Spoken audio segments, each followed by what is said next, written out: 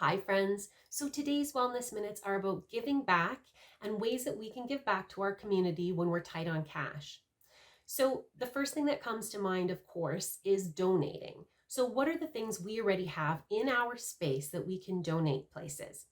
Now, the first thing that you would think of is, what am I wearing day to day? We all have the same 4 or 5 outfits that we wear over and over, and we have a ton of clothes, and we really don't use those other items. So right off the hop, absolutely, that's a great way to clear out your closet and get control over some of the clutter in your closet and donate them to something like the Salvation Army or another charity organization that will donate some of these clothing goods.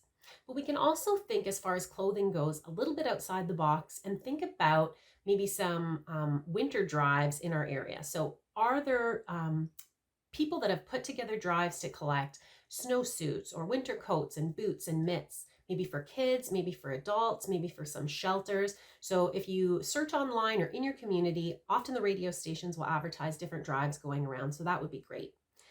Also, you can think outside of clothing. What about, have you had any recent renovations? Do you have leftover building supplies, or maybe you've been decorating, or maybe you've just changed the decorations in your house, be it your living room or some of the bedrooms, and maybe you have comforters to donate, or maybe you have throw pillows and things like that. Maybe you have lighting. Some of these things can go to Habitat for Humanity and some of these other places that gather charitable items for just something outside of clothing. Now, if we don't have anything in our immediate space to donate, and we don't want to make the choice to donate rather than put something on, some of the buy and sell groups, then what about donating our time? So the typical seasonal thoughts that come to mind would be to work at a food bank or maybe a shelter. And those are fantastic ideas. But we can also maybe go above and beyond and think, what about in this virtual world we're now living in? Are there some supports where we can offer our time as far as wellness checks? Can we check in on our seniors in our community, or maybe some volatile people in our community? Maybe there is some shelters, animal shelters, that you could go and get some physical exercise and walk some animals, because we know that the shelters are so overcrowded right now from the pandemic.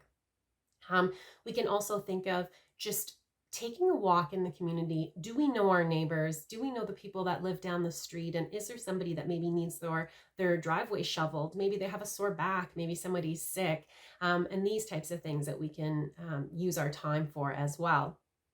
And then lastly, I would say, when you're doing your shopping, then this is a little bit about money, but when you're doing your shopping, your grocery shopping, is it a little easier to maybe take a bar of soap out of your daily groceries or your weekly groceries, or to take some toilet paper out or some accessories like that you can also donate to shelters and places that are in need? These toiletries and basic just hygiene products like toothpaste and toothbrushes are so appreciated as well. And these are little things that we can do that don't necessarily bring money out of our pocket when they're kind of taken into consideration with our whole grocery load.